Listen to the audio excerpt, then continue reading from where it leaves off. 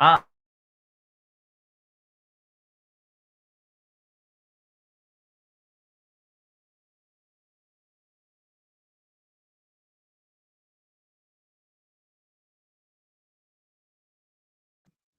we can't hear you. Oh, 1 second. We're not live a minute.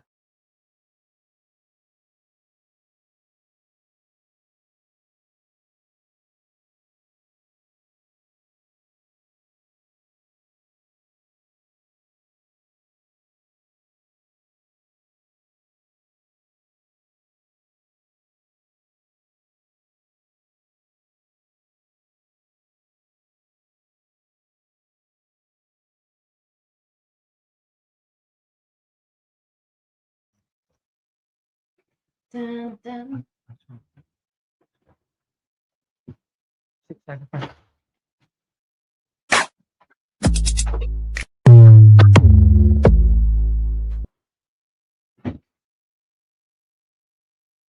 Well, I think we're here. We are. Yes, we are. Yeah. Well, welcome to another episode of Richie and Rogue, totally unfiltered. We love you guys. Thank you so much for tuning in.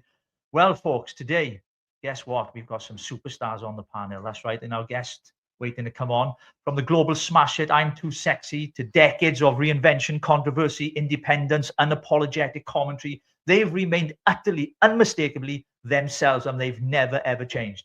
And they are right, said Fred. At the centre of it all, frontman Richard Fairbrace, Richie, the voice, the presence, the 6-foot plus charisma in a mesh top who somehow turned irony into a global anthem. Yeah, he certainly did. I want to get one of those vests. And alongside him, the cool, composed, quietly razor-sharp counterpart, guitarist and co-founder Fred Fairbrace. And see, you said Fairbrace and I said Fairbrace because, darling, you're Welsh and I'm very English. Know. And they've sold millions. They've topped charts on both sides of the Atlantic.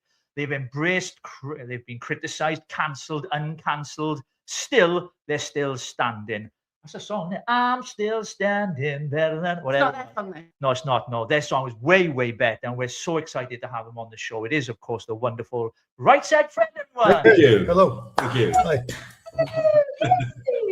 Hello, guys. Hello, hey, guys. Hey, listen, first of all, thank you ever so much for agreeing to come on the show. We have been so stoked. We've had loads of guests on this show, right? But I got to say it, Rogue. You two are the best we've ever had on so far. By a I'm not sure the other guests will like that. Oh, bless you guys. So, Rogue. We've just been trying to sort of do a bit of research and find all about you because obviously you used to be a poster on my bedroom and I would look at you and be like, oh my gosh, there they are. And, you know, I have to figure out who you are, what actually sort of provokes you. And I've been thinking about the song, you know, I'm Too Sexy. That time, that era, everybody was out there just kind of loving life. They were doing their pills. They were doing their club nights. They were drinking. They were doing whatever they wanted to do. And there was you epitomizing that in a song. It was glorious. We absolutely loved it. And I got to say, you had hot bodies. And I'm not gay, right? I'm just letting you know. I'm nothing against gay people, right? But you guys were ripped, man. I mean, we started training long before the band broke, just to get out of, I don't know why. I'll tell you what it was. I can remember from a personal point of view. Do you remember when there was shop windows, when it's just a big mirror? Some shop windows, when there's no shop happening, it's just a big mirror. And I walked past, I had long hair at the time. And I walked past and I looked like Max Wall. I looked like, do you know who Max Wall is? No, you probably don't. Big nose, terrible hair, skinny legs. You know, I've got to do something about this. And that's what happened. So that's when I started going to gym. Yeah. And then Fred started a few months later. Yeah, I liked gym life, actually. I just fancied being skinny when you're young is cool. Yeah. And then as I hit my late 20s, I started to think, not sure about this. No. And so I started training in about 84, 4, 5, yeah, 4, probably. something like that. Yeah. And I just liked it. I liked it was before headphones, really. Well, not headphones, but before, you know, you could have your ear pods and everything. Yeah. And then we started working in the gym, and we really enjoyed that because we could play lots of loud music and train. and make a little bit of money on the side. So that was all right. And I've had depression for years, so I It found does help you the head. Yeah, really good for It your does. head, man. Really good for your depression. Yeah. Yeah, We saw a guy when we were in New York. We saw a guy wearing a T-shirt, and it said, "I'm not very clever, but I can lift heavy things." Brilliant. Pretty accurate. This is kind of how I thought. Yeah. That video that you put together, which went world famous, actually. You know, I mean, it still rings in my head now. We were watching it back. We're going to show it in the show a little bit later. Okay. It's just that I did a bit of research, and correct me if I'm wrong, you guys. I mean, it cost you about £1,000 at the time. You didn't have much money. I think the video itself cost about £3,000 to put together. So you look about £4 or £5 to put that together, which back then, you know, it wasn't a small amount. But in the industry you were in, I mean, you did that on a shoestring budget. Yeah, we did. Yes, we did. Yeah, I don't think what happened was the label weren't really prepared to pay any money at all. But once they saw it climbing up the charts, they realized they had to do something. Half the video is shot in a studio, as you know, and then there's another half which is shot outside with a car driving around Notting Hill Gate in North London. The reason for that is that the power went down in the studio. Yeah. That's all that happened. There was a massive power cut. Everything went off in the studio. We had one day and we had to go outside, and that was it. That was and it was the only thing we did do with the girls. We specifically didn't want models. We didn't want fancy models. We just wanted regular Essex type girls, you know. And so they were great. They were great. Yeah, they were really good. Oh, fantastic. It's always makes it better when you have somebody that's good to work with, isn't it? Yeah. So it was 6 weeks, wasn't it? Number 2 I think in 1991. Yeah. Number 2 in the UK, Yeah. And so I mean, it was number 1 in 32 countries. Wow. Yeah. Like that is phenomenal. Yeah. I mean, did your lives change after that song? Was it that song that changed your lives? Yes. Yeah, it changed everything. It changed really quickly. I mean, the song was hated by all the record companies. Every record company rejected it, and then we released it on our own, sort of in tandem with a promotion company. But there was no record label at the time, no record deal.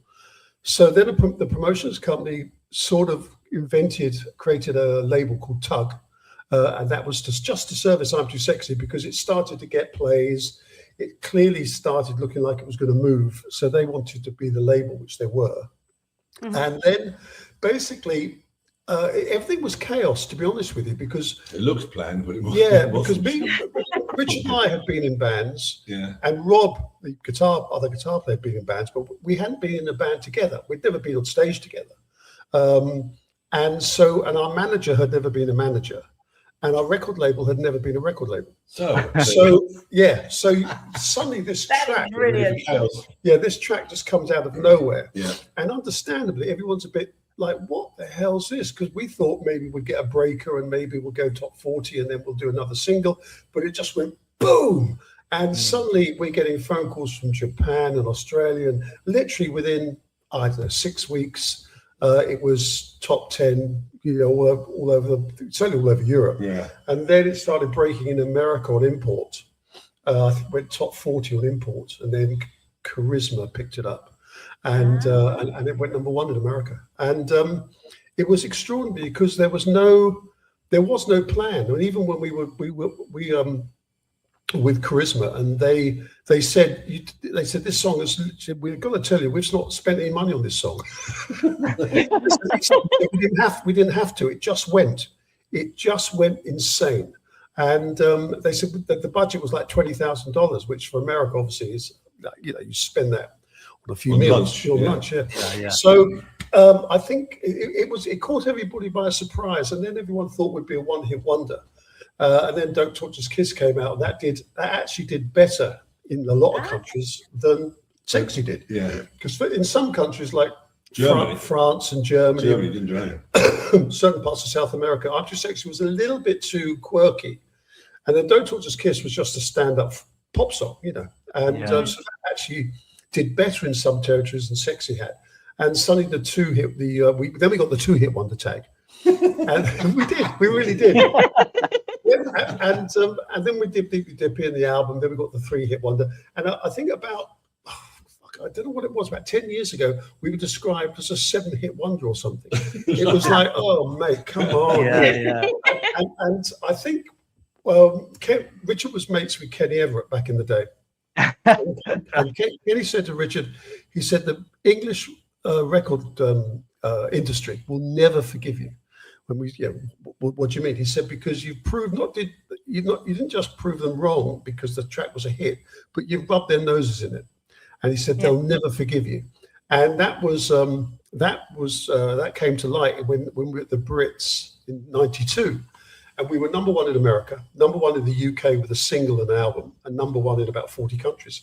And the Brits ignored us. And so we knew at that point that we were going to have to be. We knew we were independent, and we knew we weren't in the club. Just as an indication as to where the egos lie very often in the music business, although we got ignored on that night, we stayed in the auditorium and watched the rest of the event. But crying, obviously.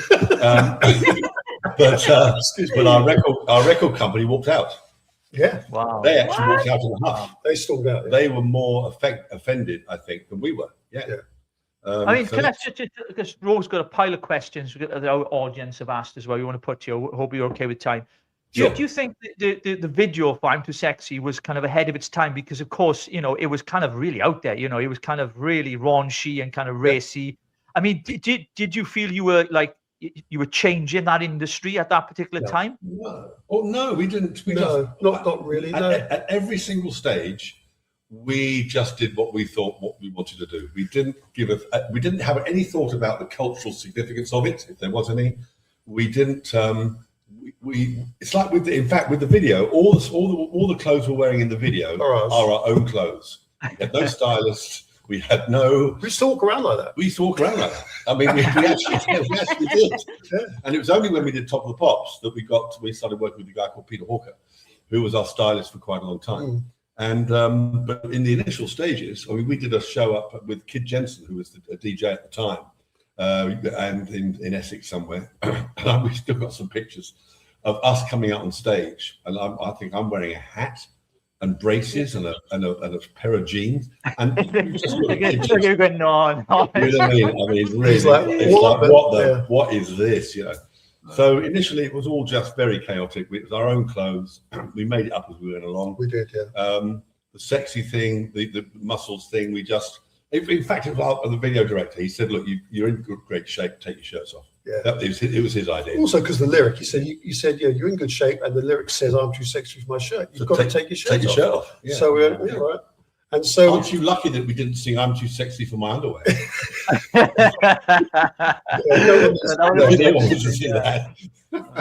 You spoke earlier about how you guys were doing music before, separately, and then you came together. So, Richard, you were a session bassist for Mick Jagger, weren't you?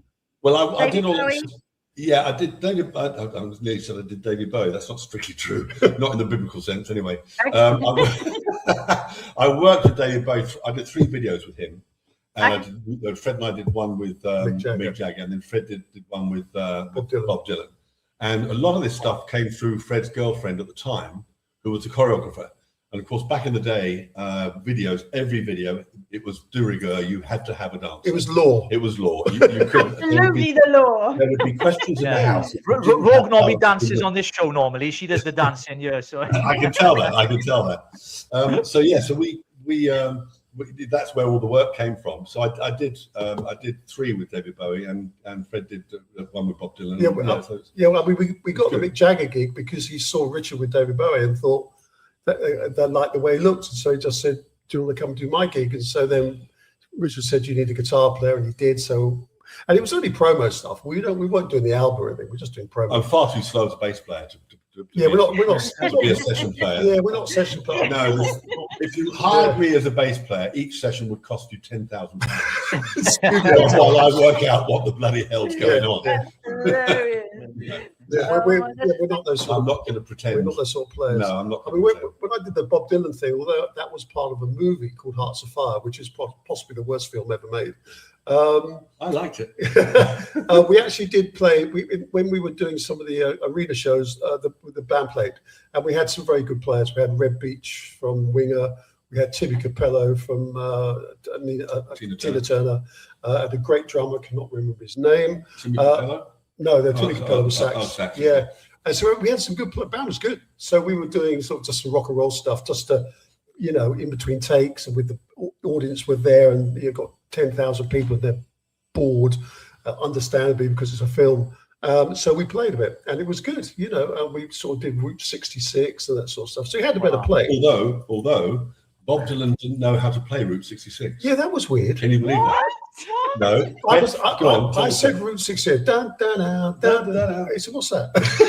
I said, well, I didn't say Bob, but what's that, Mr. Dylan? Yeah, I had the job of teaching him the chords, because not for Route 66, but some of the songs in the film were not written by him. They were written by a guy called Beau Hill, I think. That's right, yeah. And because everyone else was New York based and we were filming in Canada, I was from the UK, so they kept me in Canada instead of me flying back and forth. So everyone else went back to New York, and I had to teach Bob Dylan the chords for some of the songs. So I went to his trailer. Wow.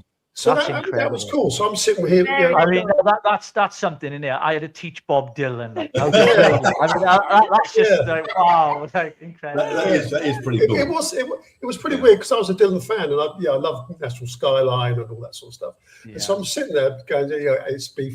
I can't actually remember. His song was in F, so we got F and B flat, usual stuff. And I'm sitting there thinking, oh my God, this is mad. I'm teaching Bob Dylan how to play guitar. So, and he was lovely, actually. I mean, he gave you a jacket, didn't he? Yeah, everyone's got their stories. And the wardrobe lady came up to me at the end of the shoot and said, "This is the jacket Bob Dylan was wearing, and he's happy for you to have it." And I've still got it. I've still got it. Honestly, that's incredible. Yeah. Oh my gosh. Really cool. Yeah. So he was nice to me. I mean, I know there's stories about every artist, isn't there? But he was, speak as you find, and he was nice to me. So. Yeah, absolutely.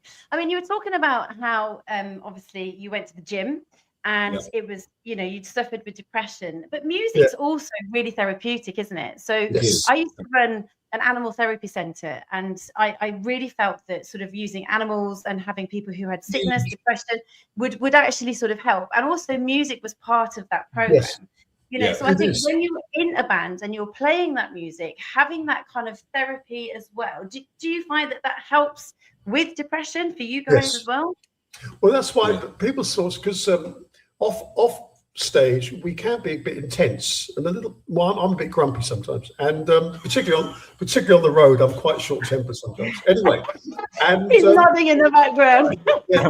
Sometimes, and people are surprised. And I think what it is, the reason we write the way we do, you know, You're My Mate or Deeply Dippy or Yum Too Sexy, we write it to cheer ourselves up, because I don't want to go on stage and play songs in minor keys all night. It's not our gig. So I think we write in a way to sort of cheer ourselves up. And a couple of people said, "Why do you write? You know, you're mouthy about the COVID or pandemic. Why do you write about that?" And in a way, we write to escape that. So mostly, So I mean, we did a little bit with songs like "We're All Criminals" and "Spiritual War." We kind of touched on it. But nine times out of 10, we write to escape the outside world, not to reflect it. Yeah, and also when you're on stage, you really don't want people crying in sorrow in front of handy out tissues, you know. Absolutely. That's not what you want. So music is therapy. It is, and you guys, obviously, to sustain the career for as long as you did. I mean, in the face sometimes of hostile criticism, because we'll come to that a bit later in the show, because we know what you guys have stood for and the journey you've been on as well. Which we've supported, and you know, not just on X, but we've seen the campaigns you've been part of, because you believe in civil liberties and freedom and all the things that matter, body autonomy. But I think one of the things that I mean, I'm a bit starstruck with you guys, because obviously, like, you're the most famous people we've ever had on the show. I got to say that. So I'm a little bit. I'm intrigued by all the people you've met on your journey. Who would be the most? Who's had the biggest impact on you in the world of fame, if you like, as we like to call the entertainment industry? Who had the biggest impact on you two as individuals? It might be different people, both of you. Who would it be? Well, the person who had the most sort of the words of wisdom was a guy called Peter Gross, or Gross. I always thought it was Gross, but perhaps it's Gross. He used to own Dingwalls, which was a live music venue in Camden in London. And we became the resident band for a while in Dingwalls. And then Peter started managing us. And he said, you guys are really good. He said, but you don't really, he said, you haven't, he kept on talking about our cutting edge. He said, you haven't discovered your cutting edge. And I said, I've got no idea what you're talking about. And he said, you've got to go to the top of your mountain. I said, I've got no idea what you're talking about. And he said, you've got to go to the top of your mountain and you've got to find your cutting edge. And what he meant by that is that we hadn't channeled who we were imitating other bands. And he said, what you need to better do, he said, when you're sleeping at night, you need to be earning money from your record royalties. He said, because you won't want to be on the road your whole life. He said, that's not how it works.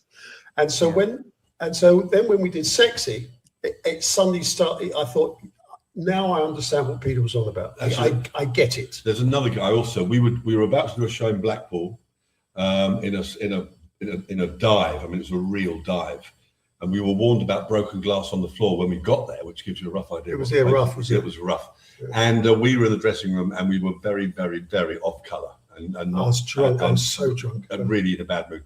Anyway, who was managing us? Was it Neil Warnock? It was Neil Warnock. Neil Warnock. Our manager, Neil Warnock, came down. And he's a good guy. And he's a good guy. And he basically said to us, he tore us off a strip for being so negative.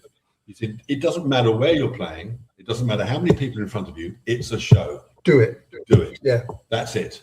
Don't take your nonsense out onto the punters. Don't want one of our viewers, your guy, saying they used to watch you in Camden Town. Oh my God! Brilliant memories. Yeah. We played Dingwalls a lot, man. We were. I remember the post. There was a guy. There was a guy. The sound guy at Dingwalls was deaf. He was called. I love that. He was called Mutton Jeff. So. He was honestly, and all the sound whenever any band played there, all you could really hear was because he couldn't hear the top end. He couldn't hear the top end, so he'd crank up the top end, going, "Oh, very, and it would go, "What are you doing?" Very funny. Yeah, we had a good. Peter was lovely, and we've had some good advice. Yes, he was lovely. Yeah, and we had a guy in America, a tour manager called Wally Verson, and Wally was very, very experienced guy. Worked with Guns N' Roses and Queen, all sorts of people. Yeah, and we were doing some stuff backstage, and the guy came in, and there was some argument, and I remember him putting the guy up against the wall. He's done work. I'm not here to make friends. We've got a show to do. Get the fuck out of my way. And what I liked about that was that he was right. It's business. At what you're doing is business. It's music business. The industry is when you make music. Yeah. But when you're backstage, when you're about to go on, you're running a business. And he made it very clear to this guy and to us. And when we were in Tokyo with him, he really, really took us to task because we got horribly drunk and misbehaved and everything. And he said, you can't do this. These people have invited you on their show. You're doing a gig. You're doing interviews. Do not act like an asshole. Yeah. And he said, if you do that, you're going to get a bad rep. No one's going to want to talk to you. And he said, that includes me. And he used to be a coach in American football. So all this, he didn't talk this. He was doing the Alec Ferguson hairdryer. He was we're on the bullet train in Japan, and he was screaming at us, basically like we were 10-year-olds, and we were acting like 10-year-olds, so we deserved it. And so we had sort of those sort of moments where you think, I really need to get my stuff together because I'm acting like a dick. And also, also when you have a hit record, you do think, until you learn better, you do think there's something special about you. You think you're important. You think you're important. Yeah. It's really important to recognize the fact that the industry will be there for forever, but we will be gone. The material that you make, the songs, will be there forever, hopefully. But artists that get this out of like actors who throw wobblers about everything, and the coffee's not hot enough, and the coffee's too cold, and it's all to do with a really artificial sense of self-importance. We're not curing cancer. We're not, putting a fire out. We're not, you have to understand what you are. That's not to say that songs aren't important, because they really, really are. But but it doesn't make the people who make them terribly important necessarily. No. I think you get. Also, I think with us, have you ever seen Spinal Tap? You ever watched that movie? Yeah. Okay, there's a scene in when he's in the dressing room and he's talking about the meat doesn't fit the bread. And the meat hangs outside the bread and he has to fold it. And what that means, and I get that, because you lose control of everything. When you get a record breaking, everyone's making decisions apart from you. So you start dialing down, you think of drilling down, where can I make a decision?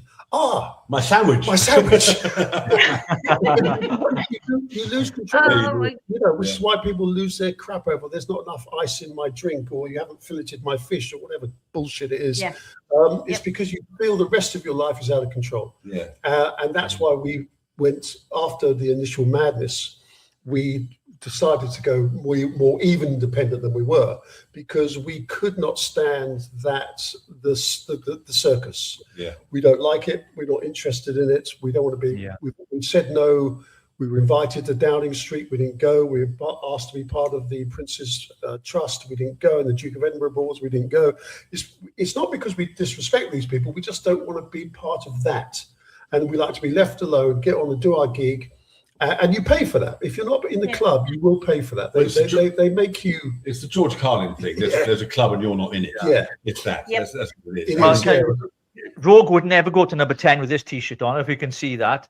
Hang on. Oh, a wanker. Yeah, she is not. She won't get invited to number 10. No, I am. Well, there's not a football match that goes by where they're not singing that. I know. The dance, the football, the rugby. Everybody's saying it. Also, what's incredible about that is the music, the thing they sing it to. Da da da da da da. Yeah. Oh, it's White Stripes. Yeah, exactly. Yeah. It's White Stripes. Now, when they wrote that riff, they never thought for a minute, I guarantee it, that it would be picked up by a football crowd. Never. Good riff, man. Great riff. And suddenly it's a football riff. That's mad, isn't it? Amazing, I forgot about it. And also true now, as it turns out. Yeah, and true. I know. Very true. So look, you've been talking about, you were kind of not part of the club, and it's quite, when you first elevated, and when we are elevated to this positioning that you have this level of self-importance, and you're like, actually, I am somebody now. I've made it, guys. So what happens is you then, for you guys, have gotten to a point where you thought, I actually don't need their approval anymore. I'm not wanting to be part of this, and I need to kind of separate from myself. But the point is, many others don't. Why do you think that they don't? And why is it that you decided at that point, this is it? I'm stepping away from it. I think if Sex had been picked up by Sony and we were in that machine from the beginning, I think we would have probably not gone independent, because we were. But Sexy broke as an independent record. We were sorry. No, I was going to say, the thing about Sexy also, but people forget, is you wouldn't put a record like that out if you actually gave a shit about what people thought. No, that's true. You wouldn't. You know what I mean? Because we just didn't. And I remember we did a bit of songwriting, or about to do a bit of songwriting with a guy some years ago. Went to his studio, and the first thing he did, he said, right, let's see what's happening in the top 10 in Germany. No. Why? No, that's not what you do. What you do is you do exactly what you feel like you want to do. You don't start referring to other people. And Sexy was a really good example of us not caring what people thought. We liked it. We thought it was fun. And we just hope it's great when people like it. I'm not denying that. But you don't do it for that reason. I mean, our friends thought we were insane, because they all our friends knew that, we were already in our late 20s, 30s, and we were skint and couldn't dance. And suddenly this record's got turned down by everybody, and we then go and borrow money to promote it, because we think it's a record, and they just think you're insane. What are you doing? You're insane. Also, you've got to remember back in the day when we were breaking, some bands looked fantastic. Duran Duran, with the hair and the shoulders and the pretty faces, And there was us. And then there was us. We were at an event in Germany, and it was a record company, big record company awards thing, and the limos were driving up outside with all the bands in, and all the bands ahead of us were boy bands of various kinds. In Sync. It was a bunch of them, yeah. And there's a band called the Shirtlifters. Uplifters. Oh, the Uplifters, and we call them the Shirtlifters. They got quite upset about that. Anyway. Yeah. All the cars, all the limos were going down, and every time a boy band got out of one of these limos, the crowd went mental. Obviously, all the girls are screaming. Our car gets down there, we get out, silence. Who the hell are they? I thought they were security. Why the security in that car? Yeah. So we didn't really fit in at any point, really. Yeah. You were fighting against Bryan Adams, weren't you, for a little bit? He was number one for a while, so you were having that fight. In the UK. Yeah, I mean, in a way, if your first record goes number one, what else is there? Yeah, I mean, they didn't like us in the first place. They would have come after us with even more venom. So I think going to number two gave us somewhere to go, which we did. We did in the album. But then we realised, Britpop came and was huge, obviously. And we didn't fit that. So it wasn't really that visible or that influential abroad. I mean, we were working in Europe a lot during the 90s, and you heard it, but it wasn't a big deal. So Europe became our home, really. We were much more accepted there, and we had much more success there. Our airplay was mad, and TV appearances. And also, I think so after about 94, 95, we spent all our time abroad. Yeah. Also, I think in the UK, you're not allowed to clown around if you're a pop star. You've got to be a little bit serious. You've got to be a little bit reflective. Have one eyebrow. Talk about smoking, stuff like that. And we just clown around. And I don't think people who want music to be taken seriously or want themselves to be taken seriously by default don't like that. They think we're taking the mickey out of them, and actually we're not. We're just having fun. You're doing life the way that you want to do it. Life is so. You go onto X now. You could. It's self-harming. I mean, it's so depressing. But so you, as you were saying earlier, music takes you out of it.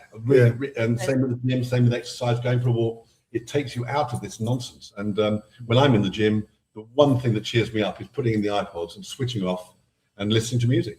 Yeah, absolutely. Yeah, it takes you away from everything. It does. Yeah. I mean, going from that music world and that culture, things changed massively for you guys, and it's well documented. And you guys have never shied away. Cancel culture, because and that was a huge pivotal moment in your career. I mean, from outside you're looking in. I mean, I think it was you guys. I think Richard, you attended the demonstration against the Iraq War, one of the first protests you went on, and it kind of. How did that look for you guys? Because all of a sudden, the music industry, very woke, very kind of like, liberal, all that kind of stuff. All of a sudden, here you guys were, all of a sudden, making political statements by actually attending these things and standing up for what you believed in. Did that really change things massive for you in your careers? Well, I think what one of the things that was surprising to us was when the UK, and it's still in this position, I think, when the UK got into a position where having an opinion was in itself controversial. There was a time when we grew up at a time when having an opinion was just having an opinion, and people could talk about it, and it was all fine. And then we started going to demos and stuff. And I remember, I think Piers Morgan threw his toys out the pram on one particular occasion, and suddenly we thought, oh, right, you can't actually. Well, you can say what you want, but you've got to be prepared for the brickbats. And that surprised us, but we were determined not to shut up. Really, and so also when people say, "Oh, you spoke out," it's a funny phrase that, because in reality, all we did was we voiced an opinion. We just thought maybe civil liberties, maybe personal choice on what goes inside your body is a crazy idea, Hello. And then people started saying, "Oh, you're speaking out." Well, we weren't speaking out; we were just voicing an opinion, which I stupidly thought you were allowed to do. I mean, that was quite naive of us, I suppose. And also, we were labelled anti-vax immediately, which we're not. Which we have never been. No, our position. We never said it. No, and we never said it. We've always just said whatever you want to do, but at least do some research, look into it, think carefully. Don't just do it because Boris Johnson tells you to do it. Also, absolutely, Did you actually do research? Sorry. Did you No, do no, research around it? Were you looking into it just to figure We out? did progressively. We did. Yeah, what happened was is that because we have voice and opinion, we suddenly found ourselves on WhatsApp groups with all sorts of really, really knowledgeable people, way smarter than I could ever dream of being. Yeah. I'm not going to mention names because it's a private group, but doctors and scientists and nurses and all these people chatting on WhatsApp about the effectiveness of a mask or the social distancing or whatever. And so we did. Yeah, we did. We initially it was surely people can make their minds up. And the first thing we spoke out about or showed an opinion about was the lockdown. And the reason that is because we both live quite close to Heathrow, both in Berkshire. And on certain days you're on the flight path. So as Boris Johnson announces the lockdown, okay, right. So we're in our homes, and then planes coming in. So I'm thinking, well, this isn't much for frigging lockdown, is it? So so I ring up Richard, say, let's go Heathrow, have a look. So we drove up there, went to Terminal 5, and on the arrivals board, it's just like honestly, Beijing, Sao Paulo, everywhere. They're all coming in. I thought, well, these people aren't being checked, are they? Clearly. Yeah. And so what sort of lockdown is this? And so I just thought, no. This is also, it's Boris Johnson. You've got to remember the guy's a serial liar. So I thought, well, you can't believe what he says. And clearly it's not happening. And suddenly some people can lock down and others don't have to. And I just thought that none of this makes sense. Why are you locking down healthy people? What's their problem? Also, none of it made sense. No, it was bizarre. There's simple things like the etiquette in a restaurant. You could put the food under your mask, and then and put it on completely to walk to the toilet. Then when you came back, you could take your mask off for the food.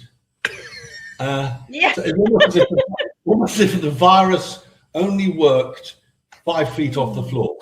It hovered around, and that's the minute you bobbed up, you had to put your mask on because that's when you're in the viral area. None of it made sense. I remember seeing Holly, whatever her name was, and Willoughby. Hugging each other. Willoughby, through a plastic sheet, and I thought, oh, come on. It was ridiculous. And then the next thing, Philip Schofield. I mean, that you look back at that now, and people go, "What the hell did we allow?" Or we didn't. I didn't obey lockdown. I'm honest. I protested against it like you guys, and you did. We knew it was a scam. It was one big scam. And sadly, lots of people fell for it.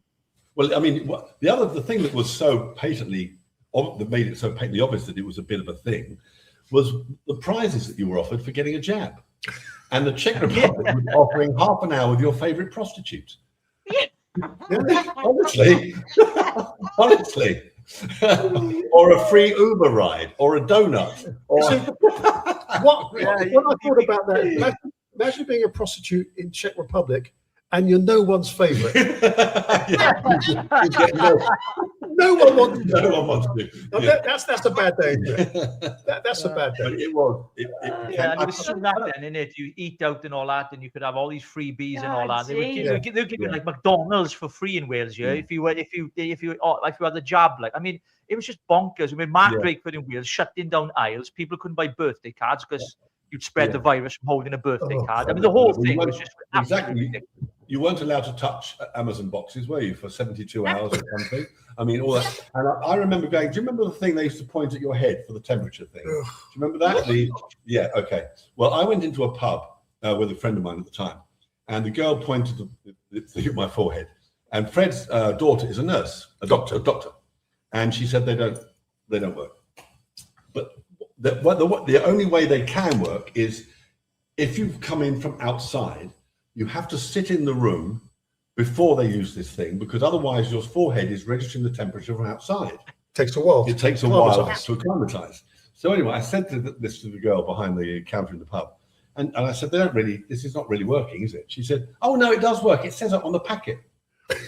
Oh my God. Oh my God. I know. It was I was actually teaching year 4 medical students at the time around COVID, and basically my one consultant came over to me and he just said, listen, Rogue, I am telling you, do not have the vaccine. He said, do not tell people I have told you this. This was at the time. He said, because I promise you it will kill you. And that is all he said. And he just looked at me and he said, Boris Johnson is paying us to tell you to get it done.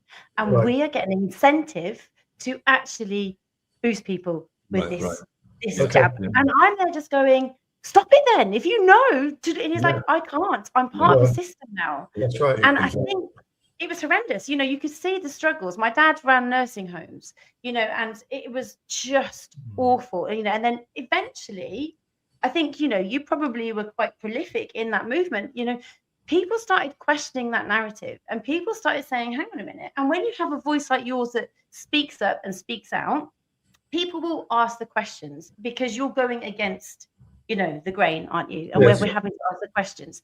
So a lot of people started walking out of nursing homes and out of like the NHS on the premise that, you know, actually this is our body. This is we shouldn't have to do this. Well, the thing is, Ro, what I thought was weird is that when you have the abortion debate, for instance, it's my body, my choice.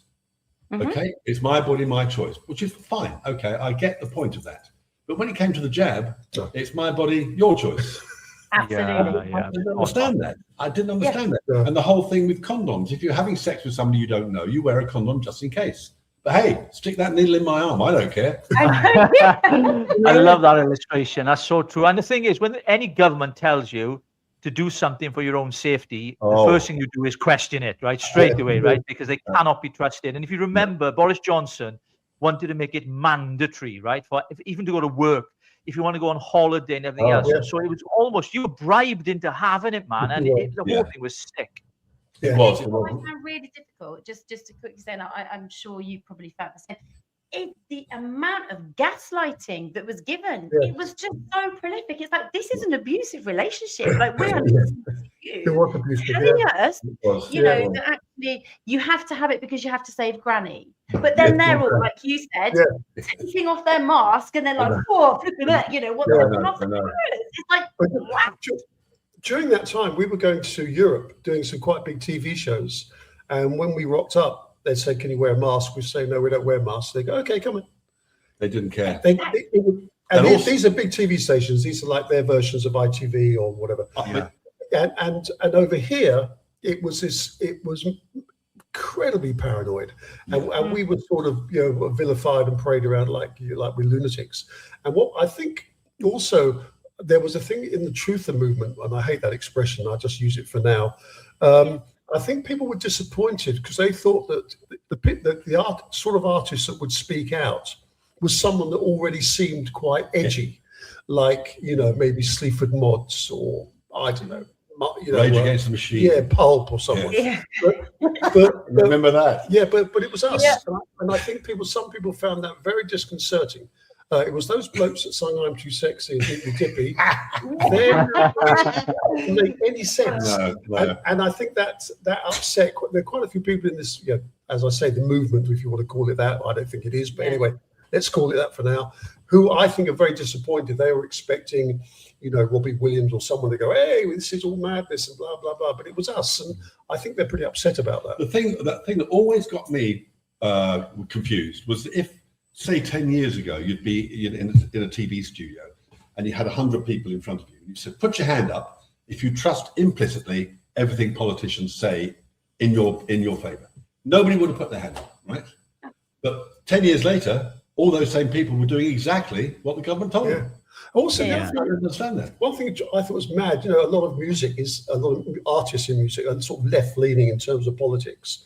And they're taking health advice from Boris Johnson. Who's a big fat lump? Who's this? And I'm thinking, okay, if it was Jeremy Corbyn saying this, I might think, okay, I kind of get that. But they're taking direction from a person they actively dislike and distrust. And I just thought, no, this can't be right. This is collective madness. You know? I don't know whether you know this story, but there's a story of a lady, I think it was in Edinburgh, definitely in Scotland, but I think maybe it was in Edinburgh. And she had cut a piece of wood, a stick, to the length of 3 feet, so 6 feet, and she would carry it around with her when she was shopping. And if she saw 2 people standing too close together, and breaking the Dr. Fauci, advice, she'd stick the stick between them and force them apart. Honestly, people I'd like to slap her. they were absolutely insane. What And I think- on earth? I think during that time, though, it was a case of people were afraid because the mainstream media were pushing so much fear mongering and completely. telling people how deadly it was. And it was, look, the flu disappeared during that time. If you remember, there was no flu, right? Apparently, it disappeared. Exactly. And they were publishing the death rates on TV. When actually, these weren't people dying from COVID; they died with COVID, and they lied to us. They lied to the public. I think it was a guy in Miami was killed on a motorbike, and his death certificate said COVID.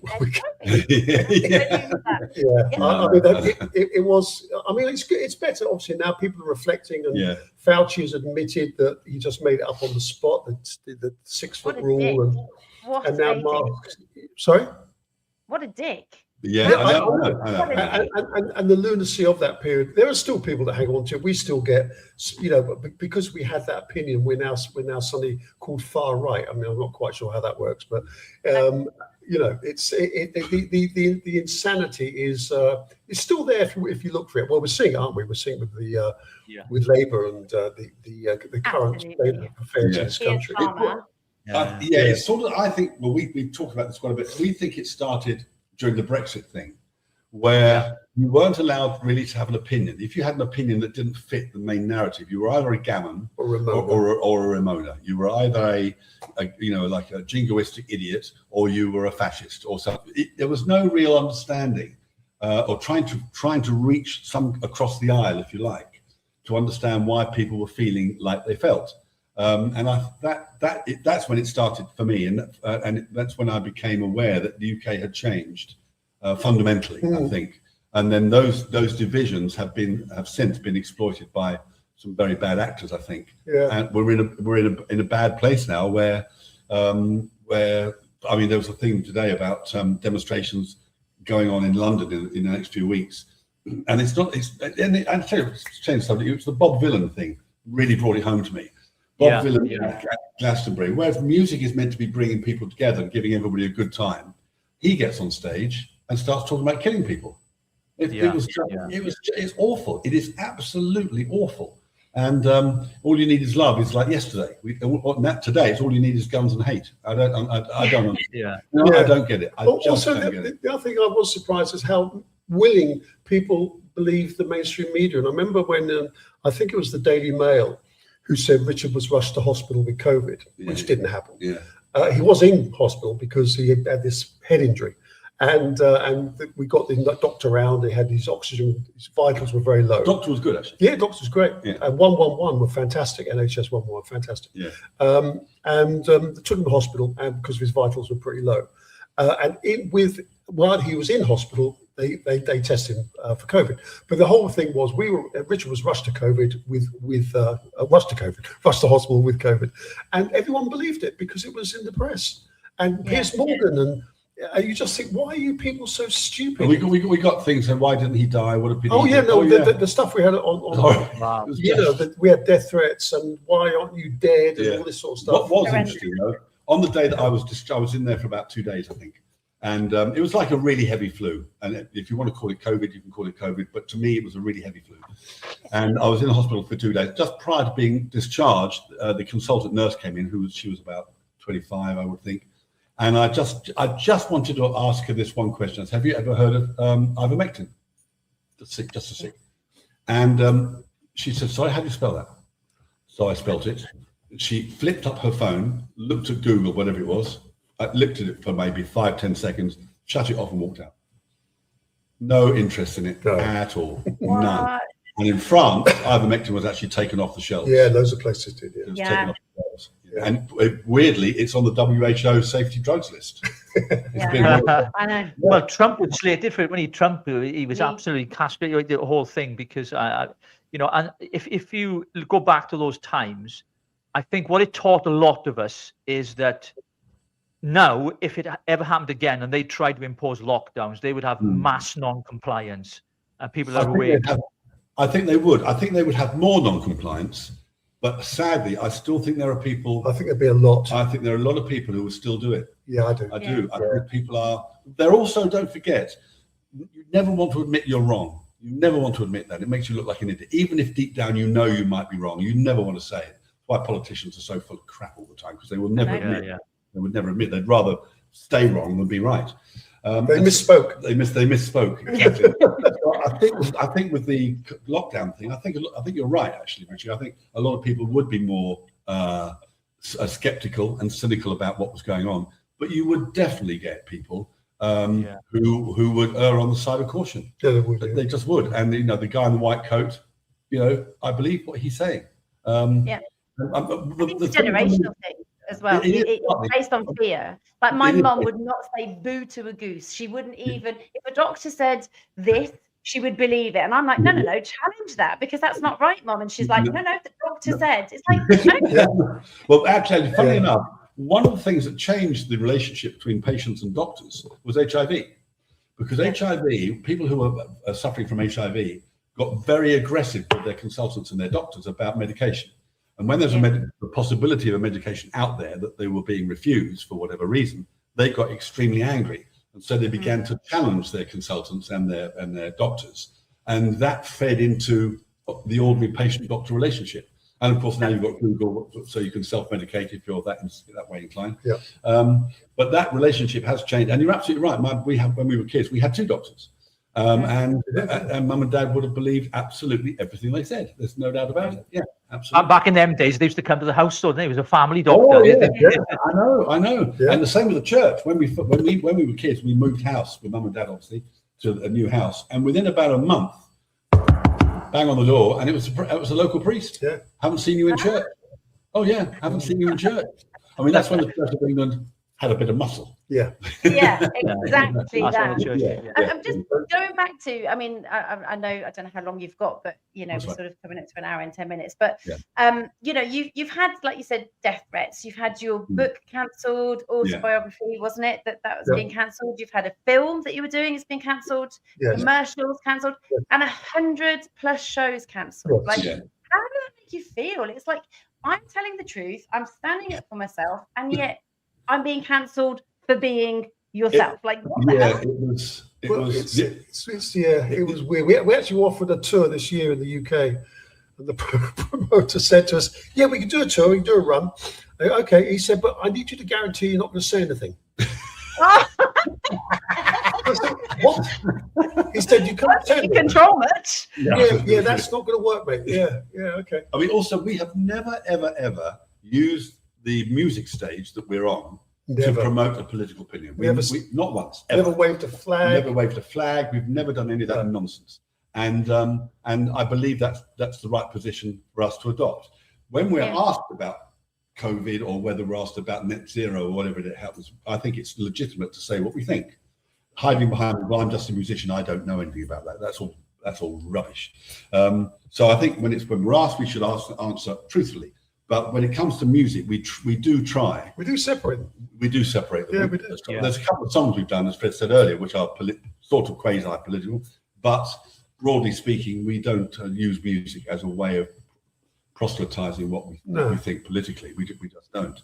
And also, of course, there are songs like "The Best Is." What's that song that the Labour Party used back in the day? Dream. Things can only get better. Oh, yeah. And great song. And they hated the fact that Labour Party were using it. But that songs have that right to be used however they want to be used. Yeah. So if our next single, "Raise Your Hands," is used by the far right in Germany, we won't go there. I know. We've been putting Nazi suits. We've been putting Nazi suits on this show. Like, it's been gross that we've had people attack us, literally attack us because we stand up again for our freedoms. And then, to be fair though, I was quite impressed because I did look quite good in grey, and I was like, okay, that actually suits me. But it was just an absolute attack on us for speaking out the truth, which is our truth, and we're allowed to. But it's so stifled. I think going back to the music thing, and it goes to that as well, Rogue, is that the politicization of music, the music industry now has become a massive thing, isn't it? And, you know, you get a lot of celebrities using their platform to push a certain narrative. And like you guys say, you know, keep music, sport the same. You know, it's been politicized. Keep it politics out of our industries, out of our sports, out of our music industry, our entertainment. It doesn't belong there. Have those conversations and debates where you need to, like the pub, which is the People's Parliament.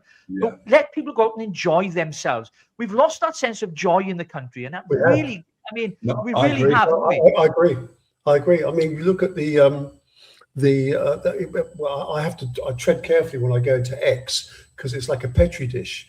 It is just full of all this weird sort of anger and hatred, and everybody, you know, you'll mention something and someone will attack you on a completely different subject. It's like there's all this anger out there, and they will just use anything, any excuse to have a go, and not just us. I see it with loads of accounts. I've just seen a thing from Helen Crystals, and she says most professions that have to pass through the unit system now seem to be thoroughly indoctrinated. And I remember the reason I picked up on that is because when I was at university, it wasn't university, it was what they call them before the universities. Borstal. Borstal. Anyway, whatever. I had a book called, had a history book called The World Turned Upside Down. And the writer, it was a book that we were told to write, told to read. And I looked up the writer some years later, and the writer was a lifelong Marxist, which is fine, but we didn't know. Yeah. I was given that book and they were definitely doing that. It wasn't like he was a far right. You know, if they'd given me two books, a far right and a far left, then fine. But that's not what happened.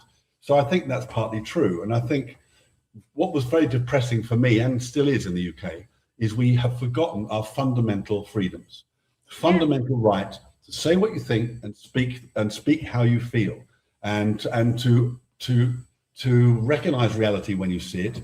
This whole idea that I mean, Ricky Gervais was very funny. He's talking about. He said I don't like the old-fashioned women. You know, the women with wombs and stuff. I don't like all that. I like these modern women. You, the ones with penises. Those are the women I like. Does he say that? Yeah. Very funny. Oh my god! Sounds like the life of Brian. I know. It's that denial of what the stuff you see in front of you. Black is white. No, black. You know, this fundamental disagreement about some very ordinary things, and now the NHS is recommending some kind of gender reassignment for toddlers. Don't get me started. It's just you can't get your head around it. Yeah. Same with. I mean, I'm not a Christian or I'm more spiritual, I think, but I'm certainly not Christian. But the abortion thing is interesting to me because I didn't know how truly gross abortion actually is. The actual process of it. And when people talk about it and they're pro-abortion, for instance, I don't think they've ever been. It's like meat eaters not wanting to go to an abattoir because it's too gross. Well, I think if you're a meat eater, I think you should be dragged along there to have a look at what goes on, you know. And if you're pro-abortion, you've got to go to a clinic and actually see what goes on. Then you might change your mind.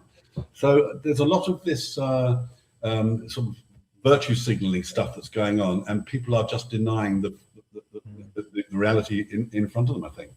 Yeah, absolutely. I think like more people are starting to speak out as well. So John Cleese, he's actually started to speak out, and he's like coming for. He's tweeted about 4 or 5 of my tweets, and I'm like, I gotta say, when he retweeted, she come running to me, and go, John Cleese has retweeted me. I'm so excited. Was it about Rupert Lowe? Was it that stuff? No, it was no. to do with, it was more about sort of like the borders being wide open and about here because I can't stand with a passion. Hey, what's your thoughts on Rupert Lowe, guys? Why we got you on the show? Because of course he's definitely niggled Nigel Farage, isn't he? Yeah, I support him with the rape gang inquiry because I think that's absolutely fundamental for that to go ahead, because the idea of those poor girls not having some sort of justice and some sort of recall is disgusting. I don't know if I would particularly agree with him on some other. I don't agree with mass deportations as an example. I don't agree with that. I think it needs to be more. It's a very sensitive issue, and I think if you're here illegally and you've broken the law, you should be gone. And if you're here legally and you broke the law, like if I broke the law, you should be in prison. So, but this sort of hammer to break the nut thing, I don't really. Yeah, one of the issues that we've talked about between us is if you're illegal here, if you've come into the country illegal, and your status is still illegal, but you are working and paying taxes and maybe even employing people, should that person be thrown out? No, they shouldn't. No. I don't think they should. But the problem with that, but the problem with that becomes the actual logistical nightmare of identifying those people. That would be the task is extraordinary. Is huge. You know, so I don't have the answers, but you know, there's clearly the tensions are getting worse and worse, and sadly, I don't think it's going to end particularly well. Also, I think what's happening with Farage and Lowe is, and what I don't think Farage understands. You know, it sounds arrogant for me to say that, but I don't think he quite grasps the anger that's going on in the UK. I don't think he quite gets it. And what I think Rupert Lowe is tapping into is whether it's real or achievable, or in a way that doesn't matter. The language is so straight and so unequivocal, so without nuance. There's none of this shilly-shallying around. And I think that's what people are tapping into. I don't think they're necessarily tapping into the detail, but they're tapping into the emotive positivity of it. And I think Nigel Farage is trying to play both ends against the middle and pleasing no one. That's my It's interesting. So go on. I was going to say we've got Ben Habib in the mix as well, haven't we? Yeah, so there's kind of like everybody is like, what? Yeah, we did an interview with Ben, actually. I like him. Yeah, we did an interview with Ben. Nice guy. He's a very, very nice guy. The weird thing is, I checked with his PA today, that the Advanced UK people have reached out, to use that expression, to Restore, to create some kind of cooperative thing between the two parties. And Restore haven't, and Rupert Lowe have not replied. So what's going on there? So I went to the PA lady and I said, "Is this true?" She said, "Yeah, we haven't heard a word." Okay, it's weird, isn't it? Yeah, it's the world of politics. It's all cloak and dagger, isn't it? Sometimes, and I think when you dive into it, and we've been involved in it. I've been involved myself, and Rogue has as well, political parties in different capacities, and I think we've kind of tried to do what we can do here in Wales, because Wales is a different beast altogether, as you know, right? Welsh people are very different, right?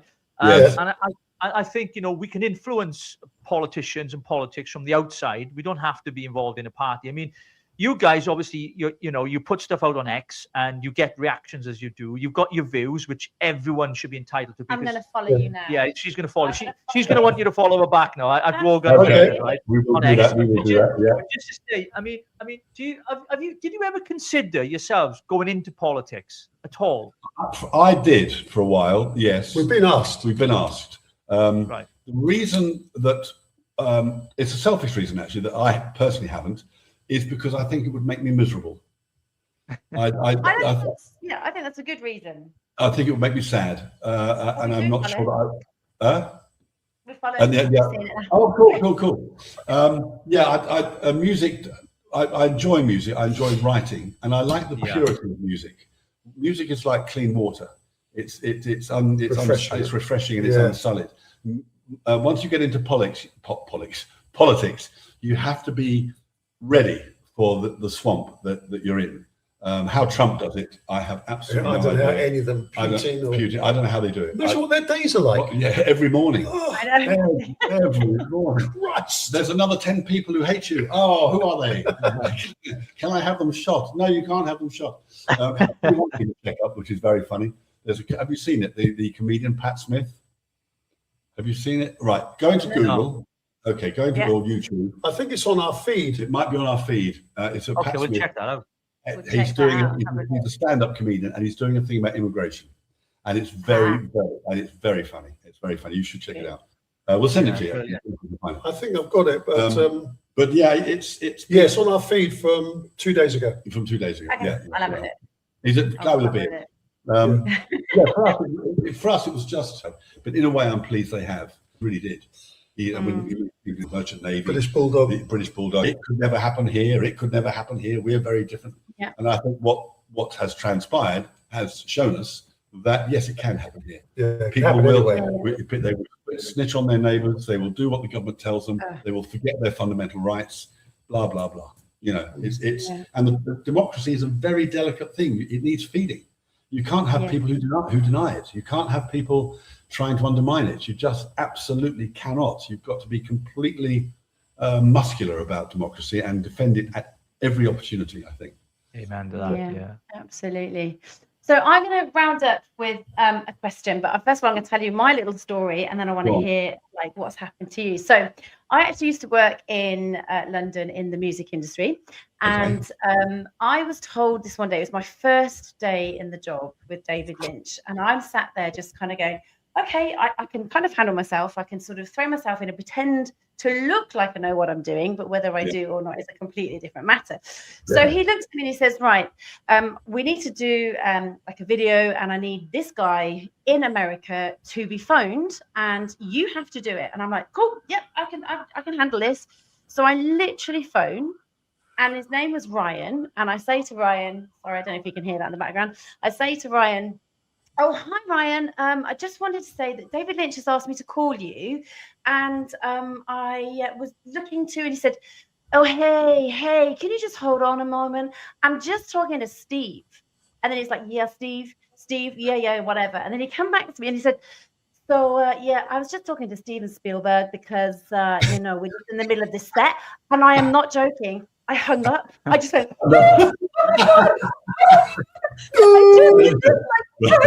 and Dave Lynch looked at me and went, what was that? And I'm like, oh, the phone kind of died. The signal was really, really bad. I'm so sorry. But it was one of those like, oh my God, what the hell did you just do moments? And I wondered, what is your biggest, oh my God, what the hell have I just done moment? Okay. I know mine. Go. Mine, we were on a chat show in America, Arsenio Hall show, which was a younger sort of demographic thing back at the day, and it was a big show. And they said to me, "Is there anybody you'd like to have sex with, famous?" And this guy was drinking water, and I said, "Yeah, I'd like to have had sex with Frank Sinatra." He spat all this water out. I mean, oh my God, that's the thing I remember. Right. Brilliant. Come on. Oh, I had a show in Lithuania, and this is back when I was doing The Rest of the Money, because these are not your. And the security guards have all got their rifles out there. What had been promoted? They were the security heads or whatever. But because those societies are so misogynistic, the men do not like being told what to do by women. No. So even though the woman is in charge, even though she's the boss, they are really reluctant to take any notice of her at all. Wow. And that was a wake up call. Yeah. And then we got beaten up in Moscow, and so it was all great. Oh, yeah, that is. It's on CNN. You should check it out. It's a good movie. Well, guys, listen. I just want to say, because we're coming to the end of my road, just to say, because we know how busy you guys are. We've really, really, really enjoyed and appreciate having you on. We really have. It's been magnificent. We'd love to get you back on again another time if that's something you're into. Yeah, just let us know. Absolutely. And yeah, we will do. And we want to know now. So what's happening? Are you touring now? What projects are you working on? And what's your next gig? And can we get any free tickets to the next one so we can come along and watch? Yeah, I've got a record coming out on February 20th. That's called Raise Your Hands. And we're out on the road from May. And I think we start off in Europe. I'm not quite sure. And we've got a couple of shows in the UK. I don't think we played the UK at all last year. But if you go to our website, rightsofred.com, you'll see the shows listed there. And I think we've got a couple in the UK. So you're more than welcome to come along. Yeah, we'd love to do that. I'll start dancing. Yeah, we will. We'll bring on our team with us as well, our researchers and everything. Actually, saying that, they have asked me, they've been texting me saying, can you just get them to say hello to Nikki and hello to Claire Bear, please? They are our team. So could you just please give them Nikki and Claire. Nikki and Claire. Hello, Nikki. Hello, Claire. Hello, Nikki. Hello, Claire. Yeah, lots of love from my side. There you go. Perfect. Right. We'll have a look at your website. We will find some dates. We'll be in touch, and we hope to have you on again soon. And good luck with all you're doing. Good luck, guys. We're praying for you and thinking about you. Thank you. We'll send you this link to that comedian. Yeah, we will. Make you laugh. Okay, perfect. Thank you so much. Bye, Take care, guys. Bye-bye. Bye. What an incredible duo. I enjoyed it. It was Great. And they're so much fun. I don't know if these mics are working. I don't know what the sound's like because we had technical issues before we came in the studio. But I really enjoyed that. And that's one of the things that people forget because the last couple of days we've had some like heated ththings going on with politics. but we want to talk to all kinds of people, don't we? And and guests, and Absolutely. it's great to have them on. I really enjoyed that, and Yeah. of course, this is going to be, I mean, 3 o'clock in the afternoon, so we're not going to have loads of viewers at the moment, but obviously this is going to go out tonight as well. So please make sure you share it as well as many people as you Absolutely can. share it and let everybody know that we have had the amazing Right Said Fred on. I know, it's been amazing, isn't it? Yeah. And tomorrow night, what's happening tomorrow night? We've got Andrew Bridgen. Andrew Bridgen on with us tomorrow night, another different show again. And we're lining up loads of different guests for the next couple of weeks. We'll let you know. You know where to find us on all the social medias anyway. Now, if you don't, please do so. And of course, we want to thank all of our members here on our YouTube channel. Thank you so much. That is growing. We picked up a lot of new members yesterday. It's important because that membership goes to help support what we do, because we need better microphones and cameras and everything else. So please do consider hitting that membership button for a small amount to support myself and Rogue in what we're trying to do, bringing you unfiltered truth, uncensored, unbiased every single day. Can I just say, I've been getting really stressed because it looks like I've got loads of rolls, but it's my t-shirt that I've rolled up, and all the time I was you just look like, magnificent, darling. only because Keir Starmer. Yes. I don't think they're looking at the right thing, love. All right. Okay. Anyway, Thanks, everybody. It's been a wonderful show. Thanks for tuning in, guys, and we'll catch you tomorrow night. Yeah. Take care. Take care. Have a lovely day. Take care now. Bye.